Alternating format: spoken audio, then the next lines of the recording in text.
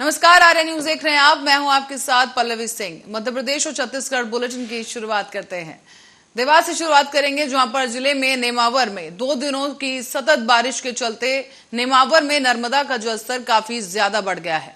बता दें आपको कि सुबह तक नर्मदा रिवर में जलस्तर 882 मीटर के करीब पहुंच गया है और इसी को देखते हुए प्रशासन ने नर्मदा तट पर लगी हुई दुकानों को हटवाना शुरू कर दिया। साथ ही साथ वार्ड नंबर 15 के साथ ही निचली बस्तियों को भी खाली कराया जा रहा है और घाट पर होमगार्ड सैनिक के साथ तैराक दलों को इकट्ठा किया गया है। साथ ही साथ प्रशासन के आला अधिकारी भी मौके पर मौजूद रहे। प्रशासन की देखरेख में और प्रशासन की माने तो नर्मदा के अगले कुछ घंटों में जलस्तर के और बढ़ने की भी संभावना जताई जा रही है।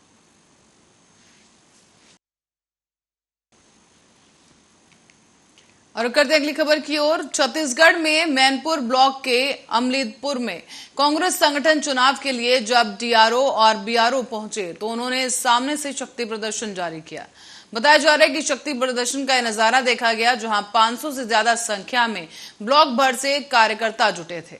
ब्लॉक अध्यक्ष के प्रबल दावेदार तपेश्वर ठाकुर ने जिंदाबाद के नारे लगा रहे थे और कुछ और गुट भी यहां पर दिखे, जो कि इस भीड़ के सामने कमजोर नजर आए। कार्यकर्ताओं का यह आरोप रहा कि इससे पहले कार्यकर्ताओं से राय सुमारी के बगैर अध्यक्ष थोप दिया गया था और इससे संगठन में बिखराव की स्थिति आ गई थी। अब प्रदेश संगठन से आए चुनाव अधिकारियों ने सभी से चर्चा कर हालात को समझने की कोशिश की है। गुटबाजी की बात को सिरे से खारिज करते हुए चुनाव अधिकारियों ने नाम तय करने की बात कही, जिस पर आम सहमति बनी हुई है। अब कार्यकर्ताओं ने भी चुनाव अधिकारियों पर भरोसा जताते हुए इस बार संगठन को मजबूत करने वाला अध्यक्ष मिलने की उम्मीद जताई है। कुछ आवेदन हमें प्राप्त हुए हैं और बीआरओ के माध्यम से जब सबकी सदस्यता शुल्क आ जाएगी, सक्रिय सदस्य जो भी होंगे, जो भी एप्लीकेंट होंगे, उनके लिए भरपाई कर ली जाएगी। पहली बार बिंद्रा नवागढ़ में इसमें कार्यकर्ता दिखे हैं। ये लगातार 15 साल से यहाँ पर कांग्रेस पिछड़ रही है। तो कहीं ना कहीं गुटबाजी भी सामने देखी जाती है। नहीं, यहाँ कोई गुटबाजी नहीं है। आप देख रहे हो, सारे नेता एक साथ हमारे साथ हैं, कोई गुटबाजी नहीं है। वो गुटबाजी कभी हुआ करती होगी, आज के बाद से आप देखिएगा कि कभी कोई भी गुटबाजी नहीं होगी और निश्चित रूप से तो कुछ आवेदन हमें प्राप्त हुए हैं और बीआरओ के माध्यम से जब सबकी सदस्यता शुल्क आ जाएगी, सक्रिय सदस्य जो भी होंगे, जो भी एप्लीकेंट होंगे, उनके लिए भरपाई कर ली जाएगी। पहली बार बिंद्रा नवागढ़ में इसमें कार्यकर्ता दिखे हैं। ये लगातार 15 साल से यहाँ पर कांग्रेस पिछड़ रही है। तो कहीं ना कहीं गुटबाजी भी सामने देखी जाती है। नहीं, यहाँ कोई गुटबाजी नहीं है। आप देख रहे हो, सारे नेता एक साथ हमारे साथ हैं, कोई गुटबाजी नहीं है। वो गुटबाजी कभी हुआ करती होगी, आज के बाद से आप देखिएगा कि। और जांजगीर चांपा जिले में 13 साल के मासूम बच्ची बेबी सारथी के हत्यारे को जल्द से जल्द फांसी देने की मांग को लेकर सैकड़ों महिलाओं ने खरौद नगर पंचायत से रैली निकालते हुए शिवरी नारायण थाने पहुंचकर राज्यपाल के नाम ज्ञापन सौंपा है। जांजगीर चांपा जिले में नगर पंचायत खरौद में 13 वर्षीय इस मासूम बच्ची बेबी सारथी की निर्मम हत्या की गुत्थी पुलिस ने सुलझा ली है। अब जहां पुलिस ने मासूम बच्ची की हत्या करने वाले 62 साल के इस बुजुर्ग परदेशी लाल पंकज को गिरफ्तार किया है और जेल भेज दिया है, तो वहीं अब इस बुजुर्ग की दरिंदगी की सारी हदें पार करती घटना को देखते हुए महिलाओं ने इस आरोपी को फांसी लगाने की मांग उठाई है। आपको बता दें कि इस बुजुर्ग ने एक छोटी सी मासूम बच्ची बेबी सारथी के साथ जबरदस्ती दुष्कर्म करने का प्रयास किया। जब बच्ची ने इसका विरोध किया तो आरोपी ने बच्ची का गला दबाकर उसकी हत्या कर दी। इसके बाद शिवरी नारायण पुलिस टीम जांच के लिए जुट गई और कुछ ही दिनों बाद बेबी सारथी के इस हत्यारे को गिरफ्तार कर जेल भेज दिया गया है। अब जहां हत्यारे को फांसी देने की सजा की मांग की जा रही है और इसी मांग को लेकर ये सैकड़ों महिलाएं रैली निकालकर शिवरी नारायण थाने पहुंची, जहां राज्यपाल के नाम पर ज्ञापन सौंपा गया है। इस दौरान अनुसूचित जाति के प्रदेश संयोजक सरोज सारथी समेत सैकड़ों की संख्या में लोग मौजूद रहे। और इसी खबर पर ज्यादा जानकारी के लिए पप्पू यादव हमारे संवाददाता फोन लाइन पर जुड़ चुके हैं। पप्पू यादव, आपसे जानना चाहेंगे क्या कुछ अपडेट है इस पूरे मामले में? जी पल्लवी जी, हम आपको बता देना चाहते हैं कि 29 जुलाई को बेबी सारथी जी का गुमशुदा होने का रिपोर्ट दर्ज शिवनारायण थाने में कराया गया था, जिसकी जांच शिवनारायण पुलिस टीम कर रही थी। विगत 15 दिन गुजर जाने के बाद बेबी सारथी का जो लाश है वह खरौद नगर पंचायत के तालाब किनारे मिला था। इस मामले में लगातार पुलिस टीम जांच कर रही थी। इसी दौरान जांच के दौरान पुलिस ने आरोपी को गिरफ्तार कर लिया, जहां पुलिस के बताए अनुसार आरोपी द्वारा बेबी सारथी मासूम 13 वर्षीय बच्ची का गला दबाकर हत्या कर दी गई थी, जिसे पुलिस ने गिरफ्तार कर जेल भेज दिया गया है। अब इसी कड़ी में नगर पंचायत खरौद के महिलाओं द्वारा भारी संख्या में रैली निकालकर राज्यपाल के नाम ज्ञापन सौंपा गया है, उसे फांसी देने की सजा की मांग को लेकर। तो पप्पू यादव, सजा को लेकर जिस तरह से मांग उठाई जा रही है, तो पुलिस की तरफ से या प्रशासन की तरफ से क्या कुछ कहना है? क्या ये लोग अभी भी वहीं कार्यालय पर मौजूद हैं या घर के लिए रवाना हो चुके हैं? जी पल्लवी जी, इसमें लगातार जो पुलिस प्रशासन की टीम है जनताओं की और जो मांग है उसको आश्वासन देते हुए महिलाओं को आश्वासन दिया कि इसमें जिस प्रकार से आप लोग मांग किए हैं हम लोग सतत कोशिश करेंगे इसमें कि जो आरोपी है उसको सबूत जुटाने की और कोशिश करेंगे कि उसको फांसी की सजा दी जाए। साथ ही साथ इसमें जो भी लोग और संलिप्त हैं उसके खिलाफ अभी लगातार कार्रवाई जारी है। तो पप्पू यादव, काफी बड़ा जत्था लोगों को हम देख पा रहे हैं वीडियो में कि ये लोग पहुंचे हैं और हंगामा इस वक्त किया जा रहा है, तो आपसे ये समझना चाहेंगे कि इस वक्त वहां पर क्या कुछ स्थिति बनी हुई है? जी, यहाँ की स्थिति इस प्रकार से बनी हुई है जिस प्रकार से जो 13 वर्षीय मासूम बच्ची को जो 62 वर्षीय एक बुजुर्ग हैं जो दुष्कर्म करने का प्रयास किया, जब बच्ची ने मना किया तो उसे गला दबाकर हत्या कर दी। इस कृत्य को देखते हुए लगातार जो लोग हैं आक्रोशित हैं और जो इस आरोपी को जल्द से जल्द फांसी देने की मांग करते हुए नजर आ रहे हैं। पप्पू यादव, बहुत बहुत धन्यवाद इस तमाम जानकारी के लिए। दर्शकों को बता दें कि आप देख पा रहे हैं कि यहाँ पर काफी भारी संख्या में लोग मौजूद हैं। हाथ में इन्होंने एक होर्डिंग पकड़ी हुई है जिसपे बेबी सारथी का नाम लिखा है और इन सभी की यही मांग है कि जो आरोपी है उसे सीधा फांसी की सजा सुनाई जाए और उसे फांसी पर लटका दिया जाए। आपको बता दें कि ये बुजुर्ग है जिसने पड़ोस में रहने वाली इस बच्ची बेबी सारथी के साथ दुष्कर्म की कोशिश की और जब इस बच्ची ने विरोध किया तो गला दबाकर बच्ची की हत्या कर दी गई है। और आज आधुनिक समय में अंग्रेजी भाषा सबके लिए बेहद जरूरी बन गई है। ऐसे में सूरजपुर जिले के एक छोटे से गांव की हिंदी मीडियम की छात्रा ने बिना किसी कोचिंग और बिना किसी सहायता के इंग्लिश बोलना सीखा है। अब ये स्थानीय ग्रामीणों के साथ देशी नहीं बल्कि विदेशी छात्रों को भी इंग्लिश की कोचिंग करवा रही है। सूरजपुर जिले का एक छोटा सा गांव गणेशपुर है जहां पर अच्छे से हिंदी भी नहीं बोल पाते लोग और यहां पर एक गरीब किसान की बेटी आंचल यादव ने खुद बीए सेकेंड ईयर की जो छात्रा हैं यहाँ पर ग्रामीणों को अंग्रेजी बोलना और लिखना सिखा रही हैं। आंचल यादव के गांव में ग्रामीणों के साथ ही देश के 15 राज्यों के छात्रों और 4 देश के छात्र की इंग्लिश की शिक्षा दी जा रही है। जो खुद इंग्लिश में उन्होंने खुद से निपुणता हासिल की है और खुद वो एक हिंदी मीडियम की छात्रा रह चुकी हैं। खुद इंग्लिश सीखने के बाद उन्होंने अपने गांव के लोगों को भी कोचिंग देना शुरू किया और अपना एक इंग्लिश कोचिंग का यूट्यूब चैनल शुरू किया है। उसके इस यूट्यूब चैनल से लोग लगातार जुड़ने लगे और आज स्थिति ये है कि छत्तीसगढ़, आंध्र प्रदेश, असम, राजस्थान के साथ साथ करीब 15 राज्यों के लोगों को आज आंचल कोचिंग दे रही है।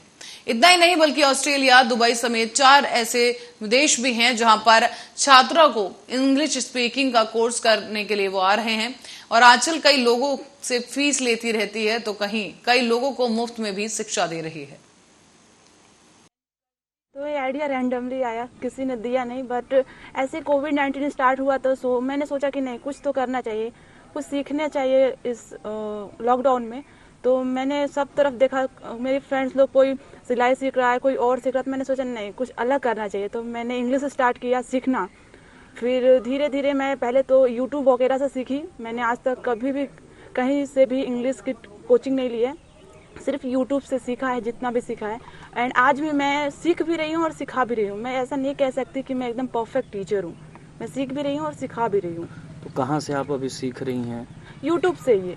यूट्यूब से? हाँ, यूट्यूब। हाँ, तो वैसे तो मैं छत्तीसगढ़ से हूँ, तो छत्तीसगढ़ से में मेरे बहुत सारे स्टूडेंट्स हैं।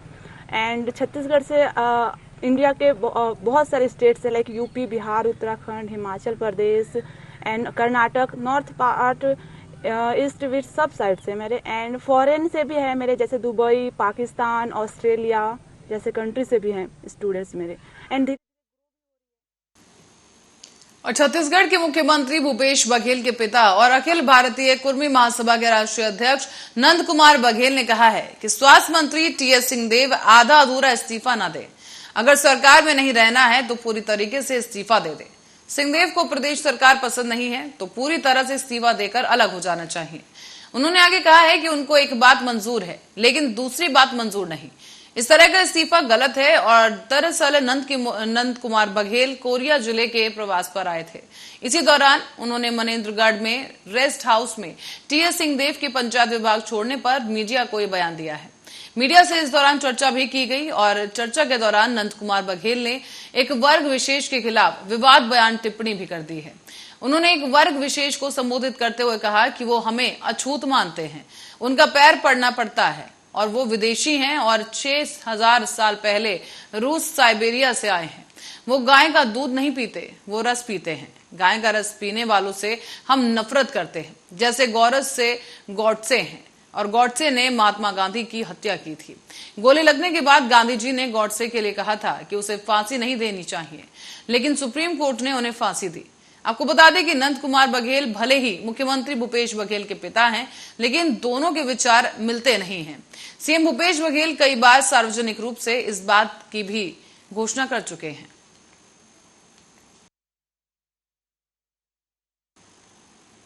और खबर भोपाल से है, जहां मध्य प्रदेश के शैक्षणिक सत्र 2022-23 की शुरुआत हो चुकी है। प्रदेश में सभी स्कूल संचालित हो रहे हैं, लेकिन कोरोना के बाद पहली बार स्कूल संयम से और पूरी क्षमता के साथ संचालित हो रहे हैं।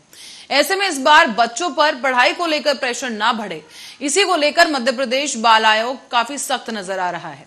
राजधानी भोपाल में बाल आयोग की टीम ने कई निजी स्कूलों का औचक निरीक्षण किया, जिसमें टीम ने कई स्कूलों को सख्त निर्देश भी दिए हैं। खासतौर पर बात करें तो बस्तों को लेकर ये खास निर्देश दिए गए हैं कि बच्चों के जो बस्ते हैं यानी उनके जो बैग हैं उन पर बोझ ना बढ़े, और इसी बोझ को लेकर मध्य प्रदेश बाल आयोग काफी सख्त नजर आ रहा है। आपको बता दें कि बाल आयोग की टीम ने राजधानी के निजी स्कूल में औचक निरीक्षण किया था और इसी कड़ी में स्कूल में बच्चों के बस्ते का वजन काफी ज्यादा मिला है। बस्ते का बोझ जितना तय किया गया है ये उससे कहीं ज्यादा था।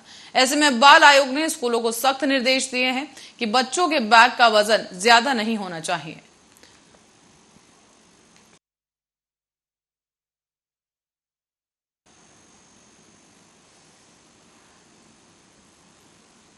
मध्य प्रदेश में स्थानीय निकायों के चुनाव नतीजों को लेकर भाजपा सतर्क हो गई है। छत्तीसगढ़ में पार्टी पहले ही नेतृत्व के संकट से जूझ रही है और अब दोनों ही राज्यों में अगले साल विधानसभा चुनाव है। ऐसे में अगस्त महीने से चुनावी रणनीति का प्रभाव देखने को मिलेगा और ये प्रभावी अमल शुरू हो जाएगा। दोनों राज्यों में संभवित कुछ संगठनात्मक और प्रशासनात्मक बदलाव किए गए हैं और आगे भी और कुछ बदलाव किए जाने की संभावना है।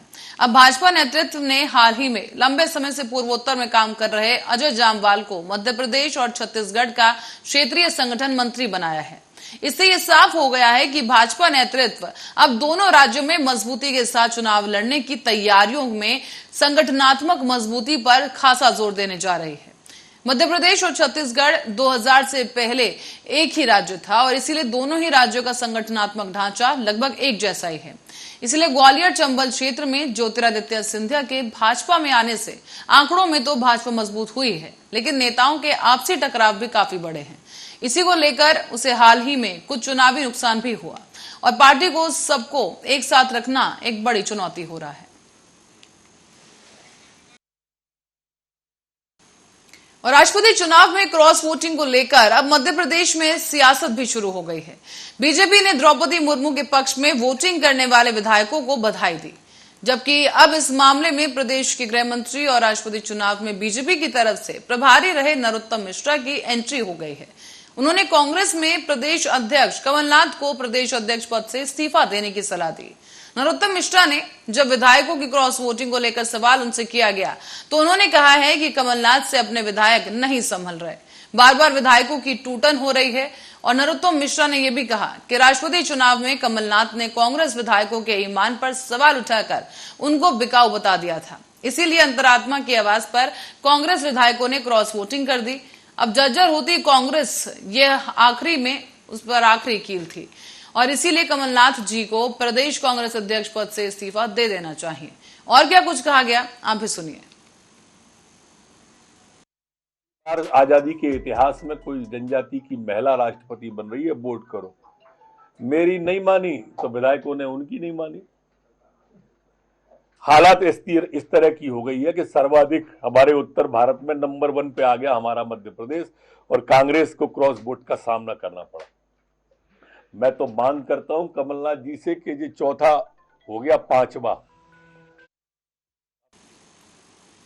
खबर अब बिलाईगढ़ से है, जहां बिलाईगढ़ इलाके में अंतिम छोर में बसे गांव तेंदुरदरहा में गौठान ने पहुंचकर फ्लैगशिप योजनाओं का जायजा लिया है। इस बीच गोधन न्याय योजना समेत कई अन्य कार्यों के क्रियान्वयन के बारे में भी जानकारी ली गई और कलेक्टर ने सचिव को 10 दिन के भीतर ही 50 किलो गोबर खरीदने के निर्देश दिए हैं। हालांकि गोबर खरीदी नहीं होने पर सचिव के ऊपर कड़ी कार्रवाई करने की भी बात कही गई। के साथ बिलाईगढ़ क्षेत्र में हमने दौरा किया है और पब्लिक से जुड़े हुए जितने संस्थाएं हैं, चाहे वो स्वास्थ्य से जुड़े हुए हमारे CHC हो या सेजेस हो या हमारे जो नरवा गरुआ गुरुआ बाड़ी का प्रोग्राम चल रहा है उसके तहत गौठान में भी दूरस्थ एरिया में हम लोग आए और सरकार की जो योजनाएं चल रही है उसके क्रियान्वयन को हम लोग देख रहे हैं। साथ में बेहतर ढंग से कैसे इस क्षेत्र का विकास हो सके उसकी कार्य योजना बनाते हुए उसको DMF और अन्य। और रुक करेंगे देवास की ओर, जहां से खबर सामने आ रही है कि आपदा प्रबंधन विभाग के अंतर्गत नगर निगम परिसर में आपदा से संबंधित मॉक ड्रिल करवाई गई। इस मॉक ड्रिल के दौरान मौके पर NDRF की टीम ने मौके पर शामिल हुए शिरकत की इस मॉक ड्रिल में, जहां पर NDRF की टीम के जो जाबाज जवान थे वो भूकंप और आग जैसी आपदा की स्थिति में बचाव के लिए निगम कर्मियों के साथ लोगों को प्रशिक्षण देते नजर आए। टीम ने लोगों को लाइव डेमो करके दिखाया और deputy commandant Rambhawan Singh Yadav 11 battalion NDRF ने बताया है कि NDRF टीम द्वारा भूकंप के आने पर किस तरीके से भूकंप में झुके और ढके रहें या फिर किस चीज को पकड़े, ऐसे जैसे त्रिकोण का उपयोग करें और मानवीय क्षति से कैसे बचाया जा सके, इसकी जानकारी दी गई। टीम ने बताया है कि कैसे ऊंचे भवन से जहां पर लिफ्ट ना हो आगजनी में फंसे लोगों को किस प्रकार से सुरक्षित बचाया जा सकता है, डूबते हुए व्यक्ति को किस प्रकार से सुरक्षित तरीके से निकाला जा सकता है और उसे इमरजेंसी में कैसी स्वास्थ्य सहायता दी जानी चाहिए, इसको लेकर भी जानकारी दी गई।